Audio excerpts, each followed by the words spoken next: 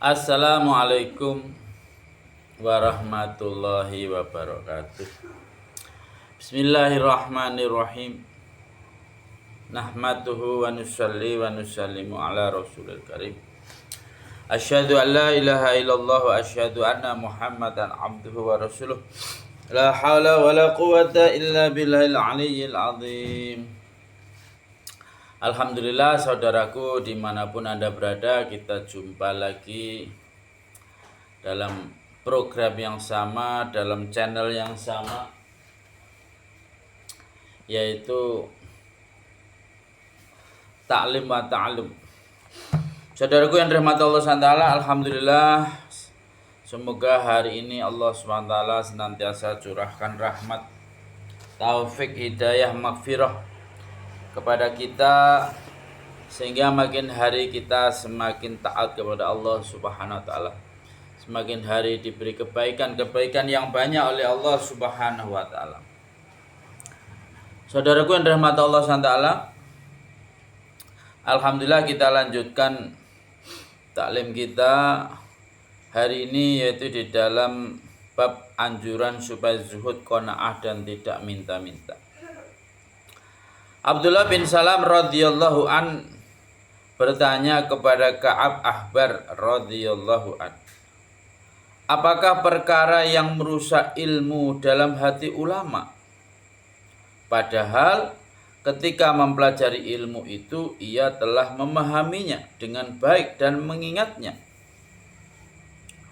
Ka'ab Ahbar radhiyallahu an menjawab, tamak dan angan-angan serta meminta-minta kepada orang. Abdullah bin Salam radhiyallahu an bertanya kepada Ka'ab Ahbar radhiyallahu an, apakah perkara yang merusak ilmu dalam hati ulama? Padahal ketika mempelajari ilmu itu ia telah memahaminya dengan baik dan mengingatnya. Ka'ab Ahbar radhiyallahu an menjawab, tamak dan angan-angan serta meminta-minta kepada orang. Ketika Fudail bin Iyad rahmatullah alaih ditanya mengenai kata-kata Ka'ab Ahbar radhiyallahu an tersebut, ia menjawab, apabila ulama mulai tamak untuk mendapatkan sesuatu, maka ia berusaha mendapatkannya sehingga merusak agamanya.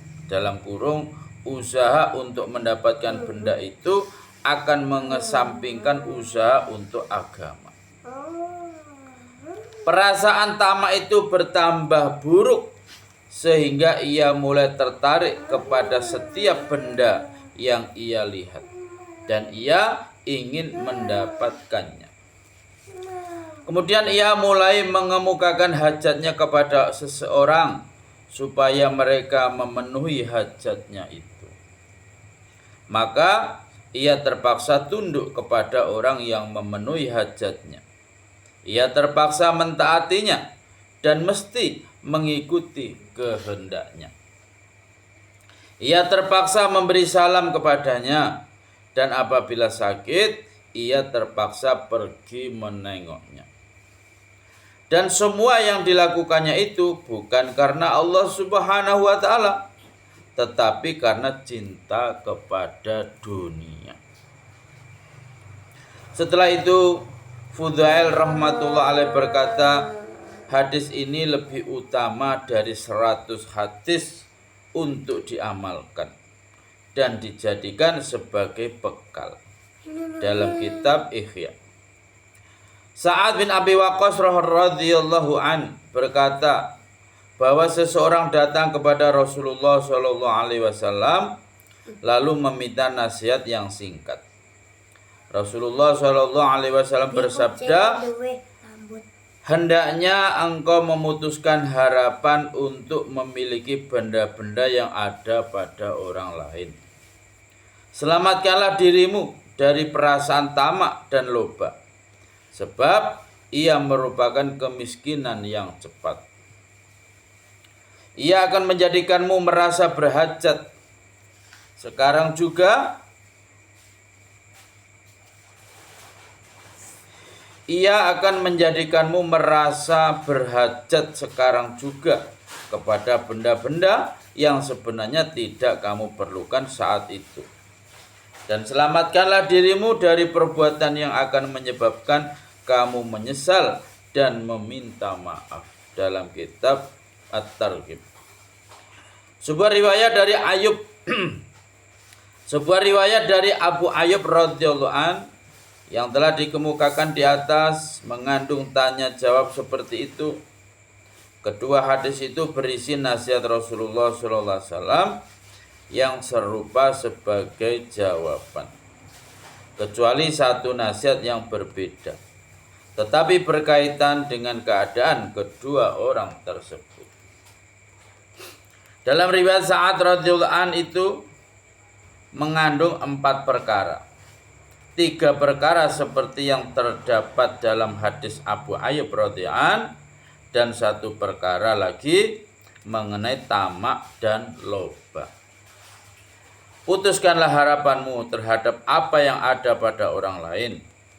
Perkataan ini terdapat dalam kedua hadis tersebut. Nasihat ini sangat penting karena dengannya kita tidak perlu menyusahkan diri sendiri dan tidak perlu tunduk kepada seseorang. Rasulullah SAW bersabda, barang siapa yang tinggal di rumahnya dalam keadaan aman, Allah Subhanahu wa taala mengaruniakan kepadanya tubuh yang sehat. Ia mempunyai makanan yang cukup untuk 1 hari, seolah-olah ia telah memiliki segala-galanya di dunia ini. Dalam kitab Targhib. Rasulullah SAW bersabda, barang siapa yang tinggal di rumahnya dalam keadaan aman, Allah Subhanahu wa taala mengaruniakan kepadanya tubuh yang sehat. Ia mempunyai makanan yang cukup untuk 1 hari, seolah-olah ia telah memiliki segala-galanya di dunia ini.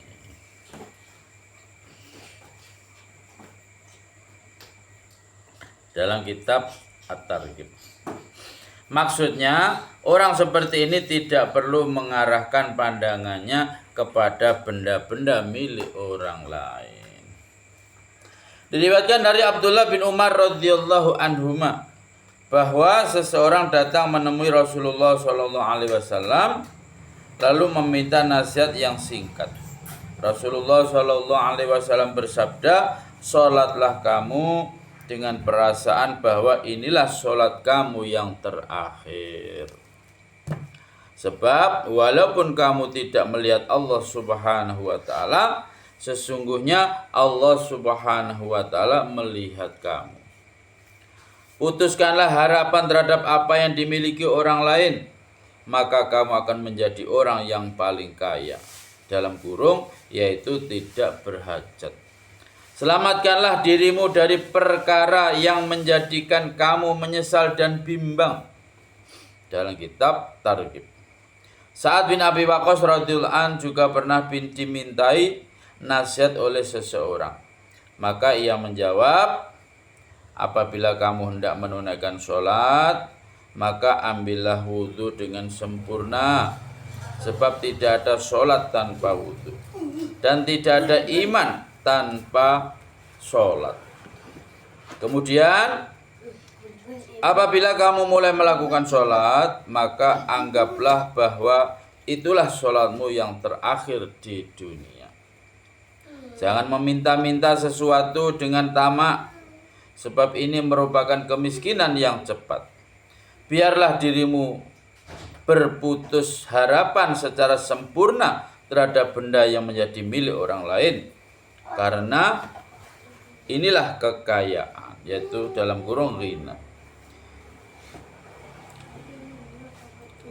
Biarlah dirimu berputus harapan secara sempurna terhadap benda yang dimiliki orang lain, karena inilah kekayaan yang sebenarnya. Jangan mengucapkan sesuatu yang kemudian menyebabkan kamu merasa malu, menyesal, dan meminta maaf. Dalam kitab Itafus Sholat.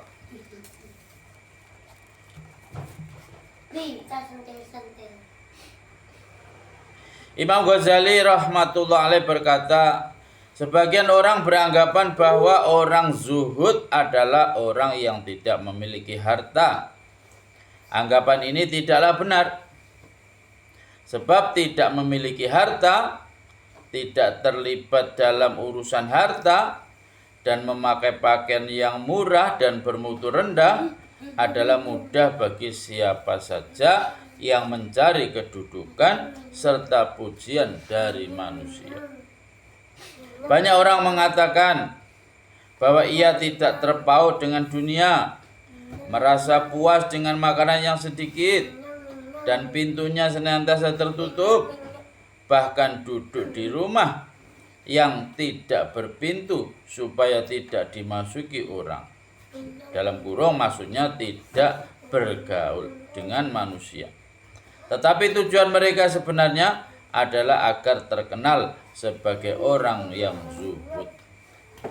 Ada juga orang yang menyatakan dirinya sebagai orang zuhud, lalu ia memakai pakaian